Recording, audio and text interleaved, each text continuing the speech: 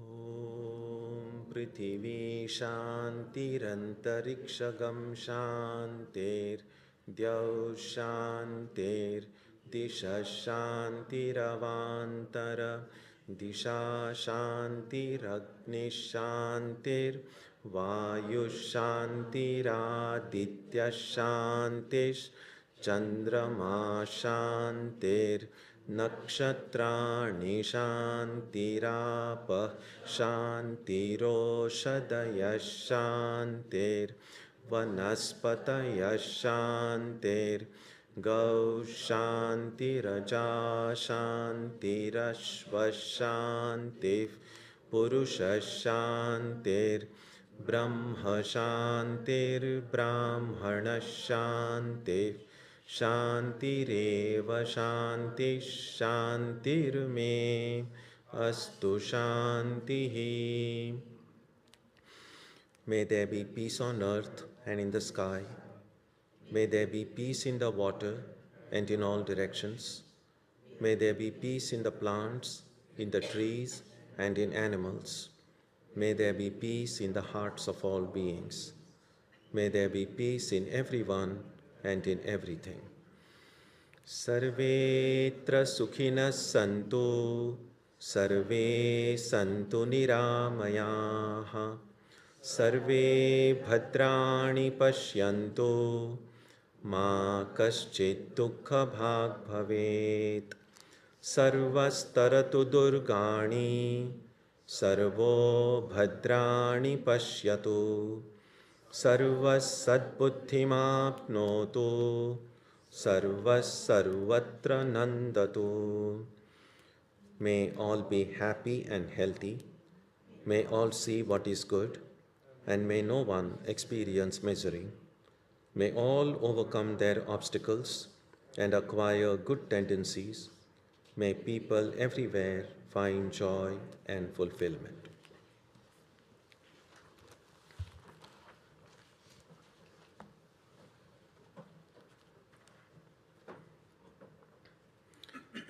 Let us now spend some time touching the center of peace and joy in our hearts.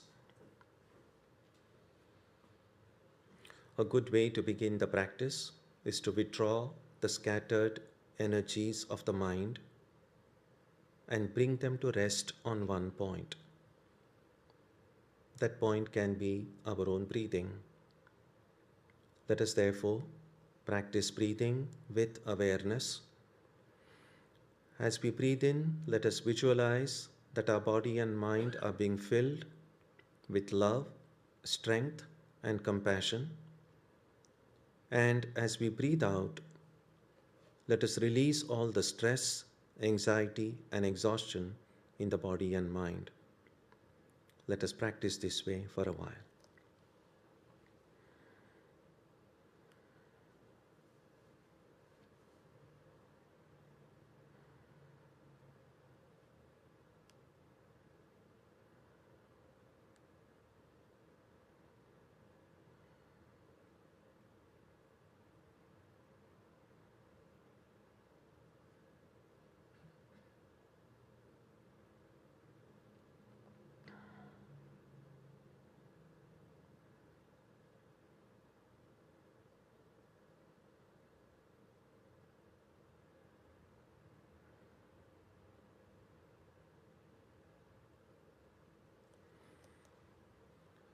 Let us now turn our attention to the region of our heart.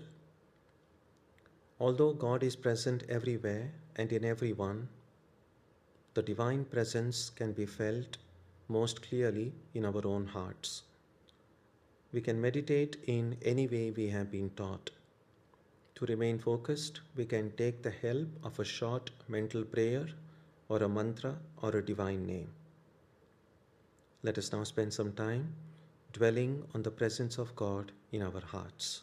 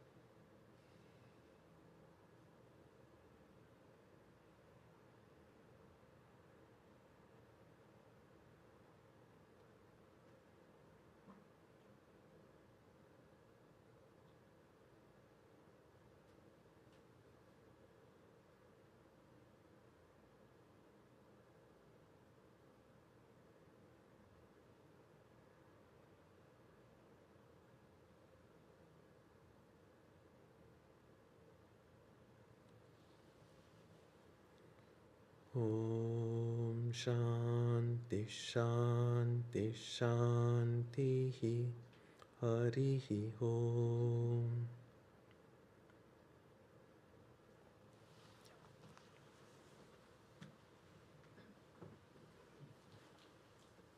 We will sing Jayavira Swara on page 45 or 46.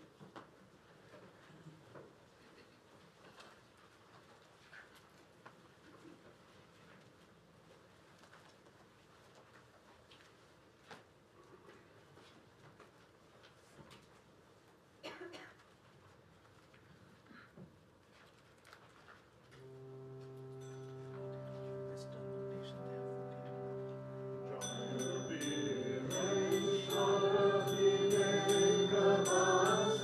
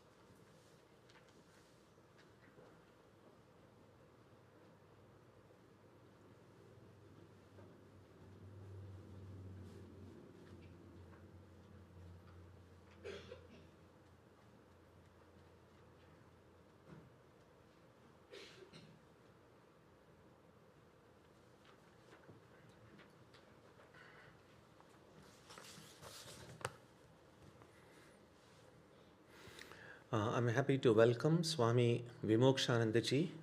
This is his first visit to US, so I imagine almost all of you are seeing him for the first time, unless some of you have gone to Singapore, which is where he's stationed at present. So here's a little bit of information about him. Swami Vimokshanandaji is a senior monk of the Ramakrishna order. He joined the order in India at its Kanpur monastery in 1971 and worked extensively in the cyclone-affected areas of Andhra Pradesh from 1977 to 79. He received his final monastic vow, sannyasa, in 1981. From 1979 to 1986, he assisted in the building the order's new hospital for tribals in the northeastern part of India at Itanagar in Arunachal Pradesh.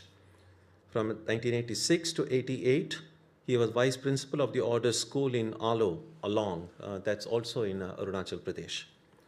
From 88 to 95, Swami Vimokshanandaji was at the order's hospital in Calcutta, known as the Seva Pratishthan. He then became head of the order's TB sanatorium in Ranchi, which provides treatment to over 125,000 patients annually. In 2007, he was appointed head of the Ramakrishna Center of South Africa, Durban. After nearly 8 years there, he is now presently head of the order's branch in Singapore since 2015. Swami Vimokshanandaji regularly conducts scriptural classes in Singapore and facilitates both interfaith and intra-faith programs in Singapore as well as in nearby countries in Southeast Asia. And since many of us are not so familiar with what Vedanta work is occurring in that part of the world, in Singapore and the nearby countries, I requested Swamiji to speak to us today to give us an idea about the Vedanta work in that part of the world. Before he speaks, he's kindly brought along with him a few slides. So let's take a look at the slides first, and then you kind of have the visual, and then afterwards you'll have a more description of what you see. So please welcome Swami Vimokshanandaji.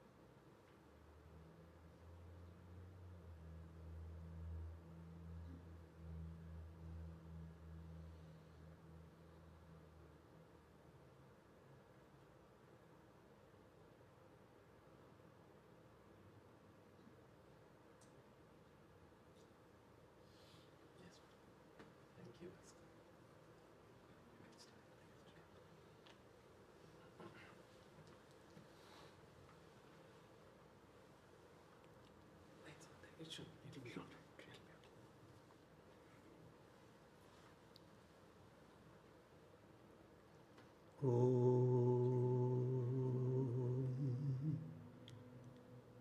Akhandamandalakaram vyaptam yena characharam tatpadam darshitam yena tasmai Sri Gurave Namah.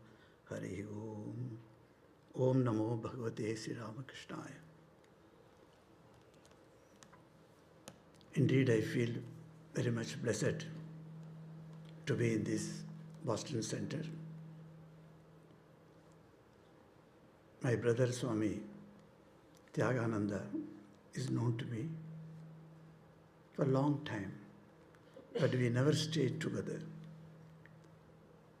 Today in Boston Center, yesterday and today morning, I spent a nice interactive time with him. And it was illuminating to learn about the center's history as he took me on a stroll yesterday after the supper near the Charles River, and he gave me a lot of wealth of knowledge about this center. Just now we sang a beautiful prayer song on Swami Vivekananda. In one of the lines it comes, Karma Bhakti Jnana Trishula Dharana. You know, Trishula is a trident which Lord Shiva holds it. It has got 3 sharp edges. So the poet Swami Chidananda, who wrote that, Swami Chandikananda, he says the each sharp edge referring to karma, bhakti, jnana. And what for that trident Swami Vivekananda is holding? He is holding it to pierce, to remove the bondage of delusion that we have. Chedana, Jiva, Moha Bandha. So it's a beautiful thing. When we reflect on this line, we find how Swami Vivekananda, so many years back, thought of our problem of this bondage and how he evolved certain ways to cut this bondage. So you find Ramakrishna Mission, as the Swamis of the Ramakrishna Mission go anywhere in the world, they take up certain functions. And in US and in some of the other Western countries also, the monks who came long back from India, they took up this as their main function to spread the knowledge of Vedanta. Because the knowledge of God frees oneself from the bondage. So this knowledge of God was spread. And in other countries, the same aspect was taken, but in different methods. So the methodology may be different, but the ideal is same. What happened to Singapore, as you just now saw, when the uniqueness of Singapore Center, I find, as we all take pride in Boston, telling that Swami Vivekananda had visited this place and he has gone here, there, etc. Today I am going to see those places with the help of Tyaganandaji.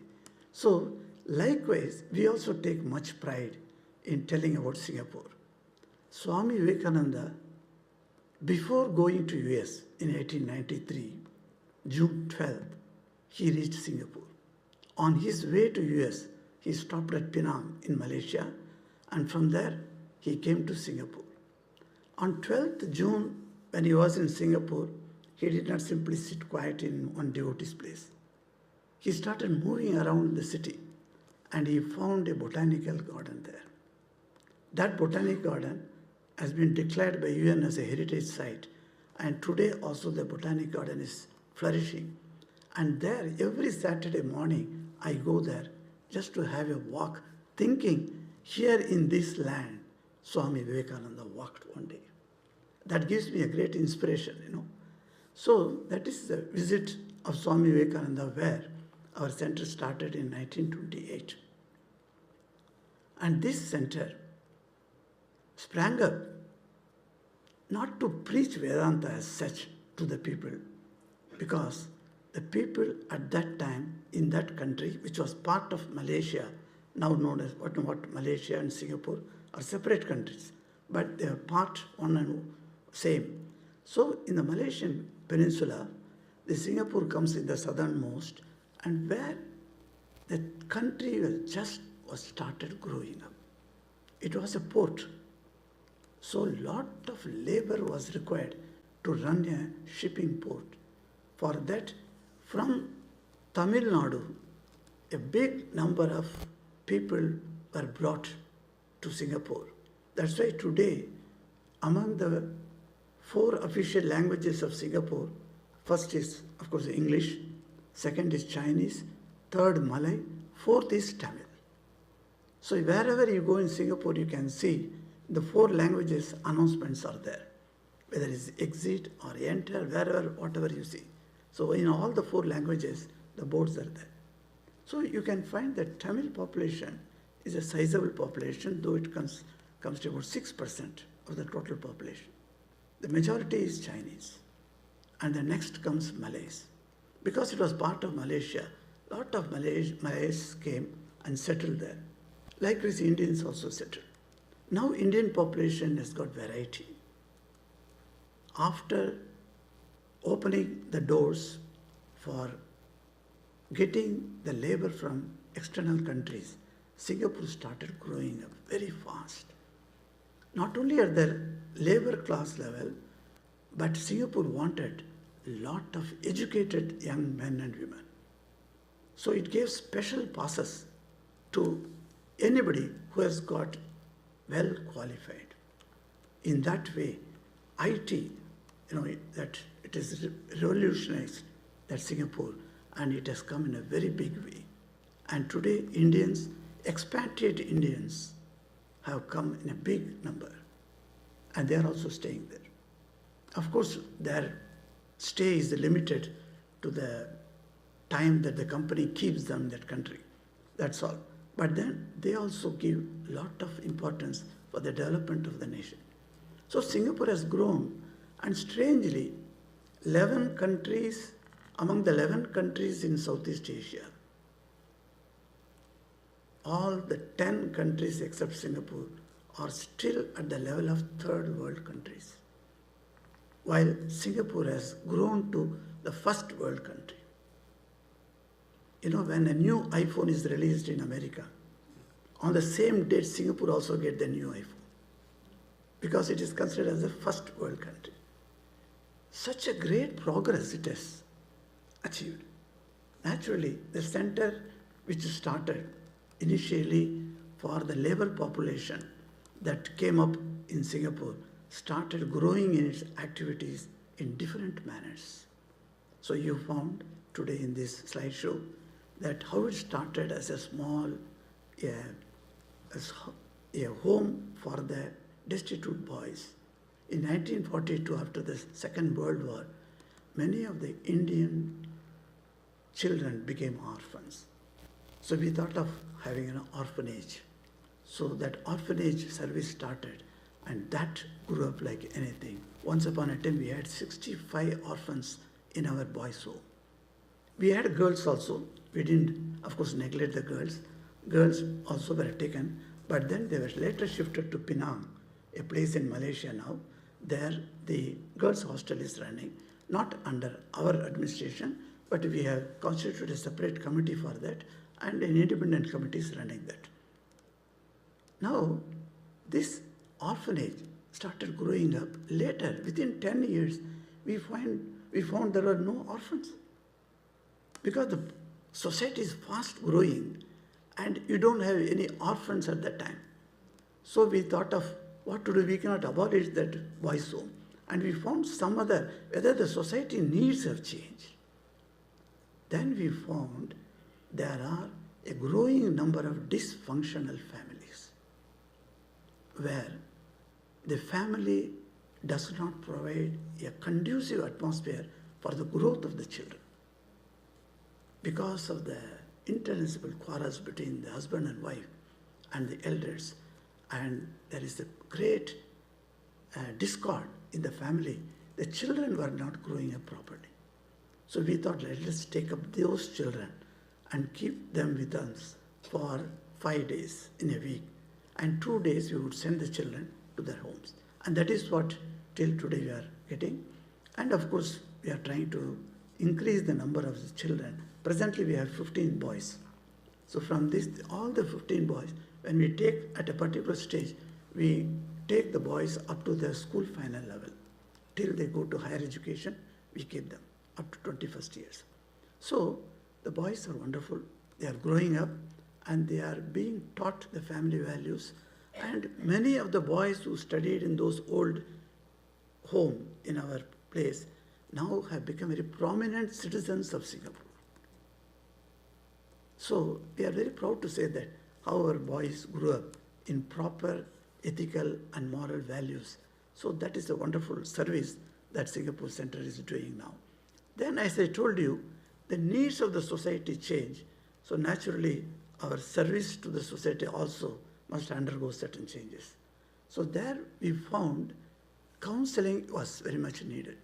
So we started about 25 years back a counseling service called Wings Counseling Center, where we have 9 postgraduate psychologists who do the counseling from tiny kids to the geriatric patients, you can see. All the ages, people come there and get the counseling. Of course, government now has made compulsory counseling for any type of employee found a little here and there. Because Singapore society grew, mind you, not just because of money. It's not because of dollar it grew. It grew because of the discipline that it created among this population. So, extremely disciplined population you will find. You can't find a single scrap of paper in a door, in any road. And it's so neat and clean kept because the people feel it is my country, my Singapore, so I should keep it clean. That's how the people's ideas are there. So, the country grew. So, but then the phenomenal growth in the material comforts do create a lot of problems, inter-adjustment problems, for which counseling is required. A proper counseling, a qualified psychologist telling you what to do, what not to do. So that has become, so our counseling center is doing a wonderful service there. Along with that, our preaching work has not stopped. Though we are doing our focus on the external societal activities, yet our preaching of Vedanta continues. Many Swamis have visited. We have seen from Vireshwaranandji, Madhavanandji, all those giants of Ramakrishna order have come there, stayed there, and encouraged the staying monks there. So likewise, it has grown to such an extent. The preaching work, Vedanta has to be learned from anywhere. In Singapore, they say, go to Ramakrishna Mission. That's where Vedanta can be taught. So people come to us. But the Hindu group that grew up there, mainly Tamils as I said, has got 24 Hindu temples. So the temple goers, as you know, temple goers and ashram goers, there are 2 kinds in Hindu society. You'll find that. So the temple goers are in large number. They go to temples. So since there are several types of groups have come up, it is utmost necessary for me as the Ramakrishna Mission representative to keep a good understanding between these groups also. So I do certain work, so I go to these groups, talk to them about bringing unity. Don't always stress about the dissimilarities. Talk about similarities and come together. Apart from this, we have 10 religions thriving in Singapore. 10 religions. Without proselytization. That is the beauty there. If anyone wants to adopt a particular religion, he is free to do so. And the government is very particular that you should never speak ill of any religion. The harmony of faith that we propagate has been extremely well taken by the government. And the government is very, very strict on this matter. Whether it is a Christian Catholic priest or it is a Muslim imam or a Hindu priest, if they talk anything less derogatory of any religion, he is simply packed off and sent back to his home. So, a wonderful peace prevails in the country, which you cannot find in the neighboring countries. We have very, very big neighboring countries. But that type of peace that you find in Singapore, that's why I used to say to our devotees, when you come to Singapore, with the $10,000 in your handbag, you can walk in Orchard Road at 11:30 or 2 a.m. Nothing will happen to you. There is no crime. Such a beautiful country it has come. And for all this, I always bring the Vedanta as the basics. As Swami Vivekananda says in American lecture, one lecture he said, why should I not pickpocket from another man? He gave the answer, because I will be pickpocketing from my own pocket. That is the Vedantic answer. Why should I hurt another person? Because I will be hurting myself. Because the other person and myself are not different. We are all same, part of the same cosmic Brahman. And as an Atman, we are all everywhere. So why should I hurt? So that is the Vedantic principle I tell all of them. That's why these 10 religions have formed together, and it has got inter-religious organization. So in all the meetings there, I speak of Vedanta and say Vedanta proclaims that God is one, not different. God appears, manifests in different forms, and that is how we teach our children also. So that's wonderful. But Singapore is only a dot in the map. If you see the South Asian map, 11 countries are there. Every country is so big country. Malaysia, take Indonesia. Then this side Burma, which is now called Myanmar. And like that other countries are there, 7, 8 countries, big countries, and smaller countries like Borneo, then Cambodia. These are all small countries. But with all that, Singapore is nowhere to be found. It is only small dot. So we also say the red dot means Singapore country. But then it has become a first world country is another matter. But in this country has progressed so well. So we say that religious peace, if you want to see, and not only peace, religious amity. I repeat everywhere I go about Swamiji's statement in US. In Chicago, he said that the idea that it's not mere tolerance. It is the acceptance of another religion as a valid truth for your spiritual goal. That is what I insist upon. Let us not get a peace which is something very fragile. How it becomes fragile? If it is only a tolerance, the peace is fragile. But the moment you start accepting another path as valid, then there is a very wonderful, strong peace you can have. And that is what I tell everyone. Swamiji has said in 1893, and this fact has to be brought. And today, IRO in its constitution and its mission statement has taken these very statements, not merely tolerance, but acceptance. So that is a wonderful idea. And the government also accepts this. So this is one of the countries in Southeast Asia. What are the other countries where we have some strength or some standing? Myanmar. I should come to Myanmar secondly, because Myanmar center also was a very old center. It started when Swami Vijnananandji, one of the direct disciples of Sri Ramakrishna, visited that place. And a Swami, Tulsi Maharaj, he had gone, he was a disciple of Sri Ramakrishna. He went there and he was there in Myanmar. So that center was a very ancient glory it has got. And the center was running excellent. The 15th President Maharaj of our order, Swami Atmasanji, passed away on 18 June. He was head of the beautiful Ramakrishna Mission Hospital in Rangoon, which is called Yangon now. So that Yangon had such a presence, and that hospital is still there. I twice visited, and then I went to the hospital to see everything is there. Yes, even the Ramakrishna Mission board is there. They have kept it, but now it is called Gandhi Hospital, of course. In 1962-65, there was military movement in Myanmar, and they asked all the missionaries to quit the country. and we were considered as a Hindu missionaries. So the general came to our monks and said, Swamijis, you have to quit because the rule applies to everyone. So we quit that country, and the hospital was taken over by the government, and the ashram, that is society that we had, which had a big, large library, which was one of the best library in Myanmar at that time, in Burma at that time. That library was transformed, was kept with the separate committee constituted by the government.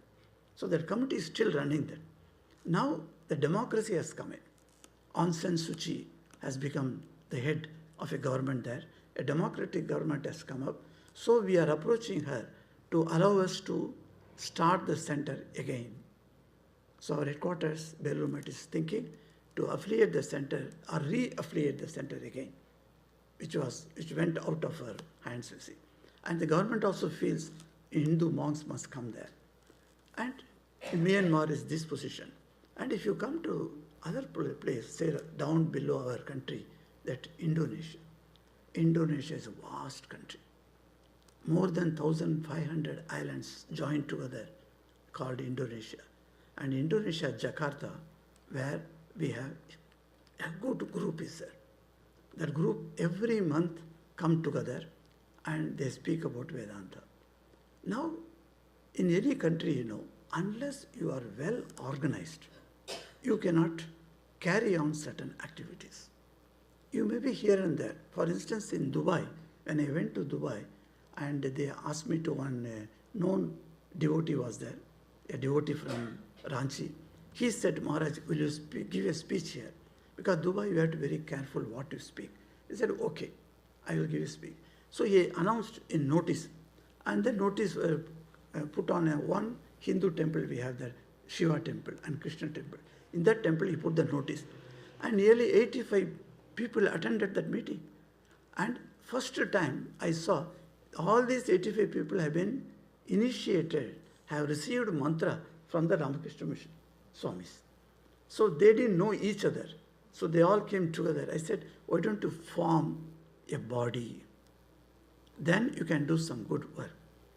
And the government is so sensitive there, but they gave the permission to form a body for us as a Ramakrishna study circle. We don't have a temple there for Ramakrishna, but a study circle where the people come together once in a month, and then I do some Skype classes also for them from Singapore. And they all come together, they sit together, they sing like these wonderful songs they sing, and then they speak about Vedanta. We try to understand what is Vedanta as propounded and as practiced by the Holy Trio, the Ramakrishna, Holy Mother, and Swamiji. So that's how we find that in Indonesia, that group in Dubai, the group is growing. Likewise, in Indonesia, I told them, why don't you form a body? So now they have taken some steps, and it will be formed within a year or so. In that case, it will be able to work well in the society.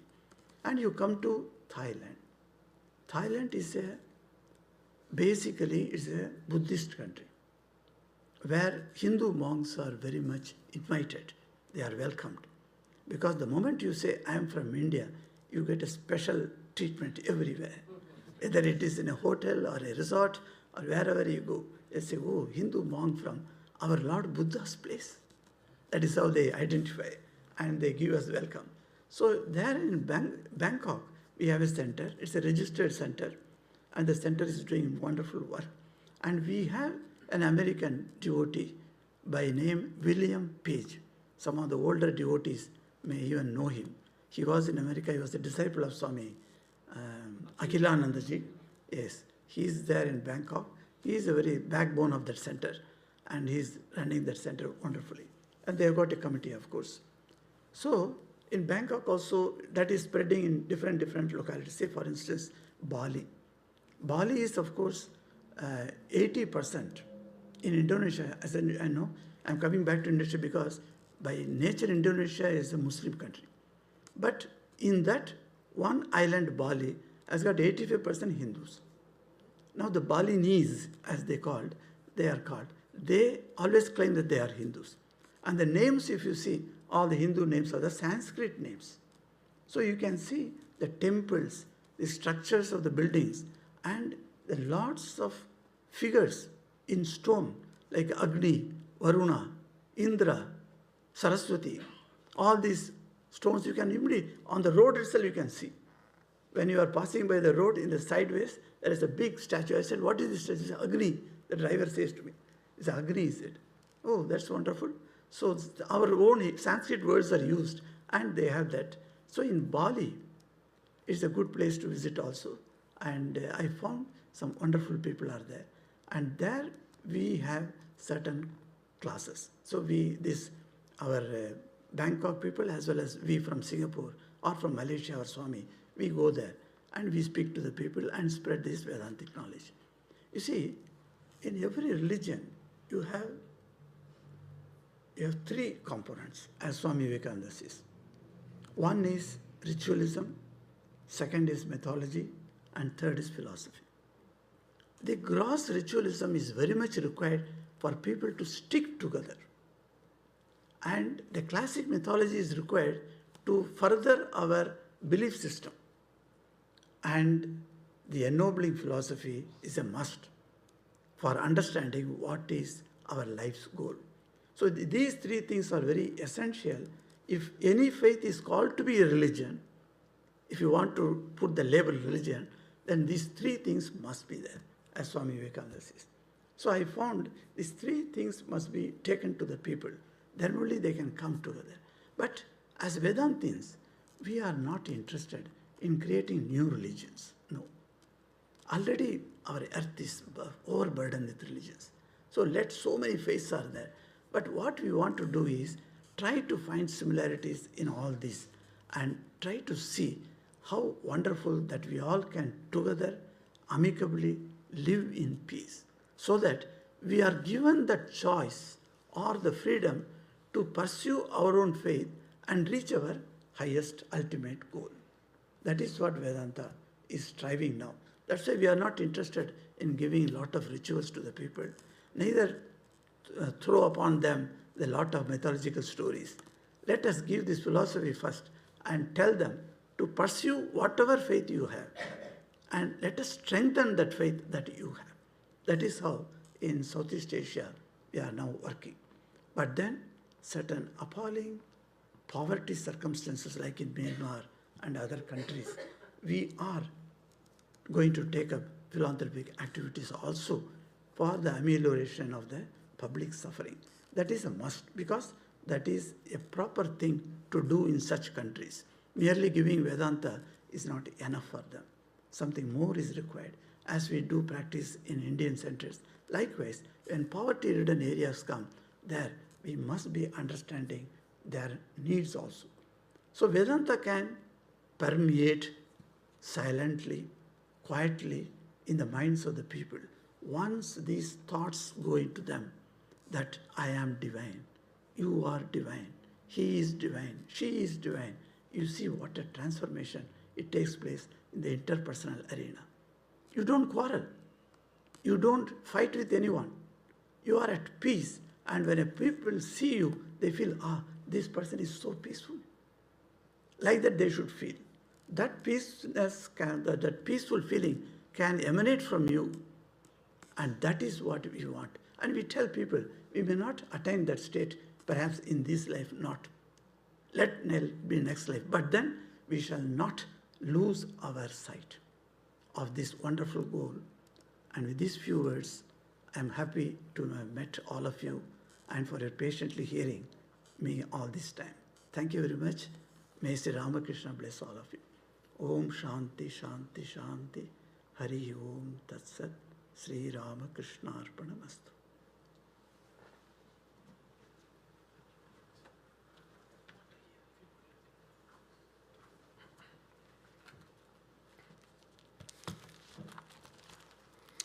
Thank you, Swamiji, for sharing a lot about how Vedanta work occurs in Singapore and in nearby countries. In Ramayana, the story of Rama's life, there is one anecdote and that is after Ravana, the chief villain, was killed, and his brothers had also been killed by then. And then their mother, who was already very aged, she was very elderly, her children were dead. And then when they were chasing her, and she was running to save her life. And then someone remarked to her, like, why do you even want to live? Everyone of your family, everyone's dead, and why do you want to even continue to live? And then she said that, well, I've seen this play of the Lord, the play of the divine, and I just want to survive a little bit more and see some more way how the Lord's creation functions. Now, I mention all this to show that Vedanta students sometimes might feel, when we read that, well, everything is one, all that we need to do is to realize God. Then why do we care what's happening in other parts of the world? Why do we need to worry about what's happening in Southeast Asia? So in case, while we are striving to realize God, if you're still a little bit curious about how Vedanta is functioning in different parts of the world, and if after what we have heard today, if you want to have a more direct experience of it, then that could be one excuse to visit that part of the world and see for yourself how Vedanta is functioning. And one other benefit it can give is that sometimes we may be lulled into thinking that the way we practice, the way we think, the way we do things here, that's the way. But it's not. When we go to different parts of the world, we might see people sharing the same ideals, but the way they express it, the way they practice, the way the needs of the communities in different parts, they may be very different. And it broadens our heart to know that we might share the same ideals, but we might have very different ways of expressing it, very different ways of practicing it. And that is very important in the kind of a diverse communities in which we live, because it will help us, as Swami Vimokshanandaji said, the ideal of acceptance, that accepting things, people, practices that are different from our own becomes easier when we are able to see that underlying all of that is that same one divine being, the same one divine reality, which is what the essential teaching of Vedanta is. So thank you, Maharaj, for inspiring us, and a lot of us are going to come there. Yes, welcome. You have a guest house there? So all right, so we are going to come. And this was Swami Vimokshanandaji's first visit to our country, and I hope he will come again. He's not visiting all the Vedanta centers right now. He won't be going to the west coast, but he has come to the right coast. So that's first. That's nice. But I do hope he will come again, and then we'll get a chance to hear him once again to come here. Next Sunday will be the last service we'll have before we close for the brief summer recess. Next Sunday will be Antar Yoga, as we do every month. We'll have readings, we'll have reflection, we'll have music, prayer, meditation, and also a birthday celebration of everyone born in the month of July and August. Since we won't be meeting in August, so we'll have a larger cake. So all July and August, please make it a point to come next Sunday. And if anyone among your friends and family, if they are born in either July or August, and if they don't normally come to the Vedanta Center, tell them to come at least for this one Sunday. And so we'll have a big celebration for everyone. That's the program. On Wednesday, we will have the study group meeting as we do. And on Tuesday and Saturday, our Arati and meditation will also continue as usual. So next Sunday will be the last service before we close for the recess, and then we meet again on September 10th for the Krishna festival. So this week we'll have all programs as we normally do. Let's conclude with the prayer now on page 3.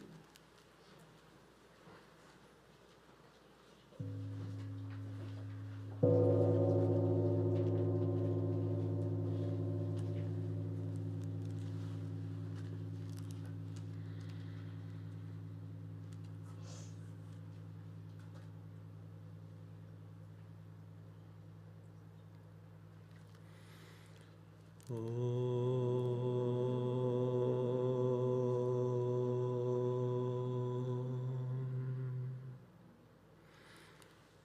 the Divine Being, who is the Father in heaven of the Christians, Holy One of the Jewish faith, Allah of the Muslims, Buddha of the Buddhists, Tao of the Taoists, Ahura Mazda of the Zoroastrians, the Great Spirit of the Native Americans, and Brahman of the Hindus, lead us from the unreal to the real, from darkness to light, from death to immortality. May we be granted strength, freedom, and clear understanding. May we learn to see God in our own hearts and in everyone around us. May God bless us all and fill our hearts with gratitude, grace, and love. Om Shanti Shanti Shanti. Peace, peace, peace be unto all.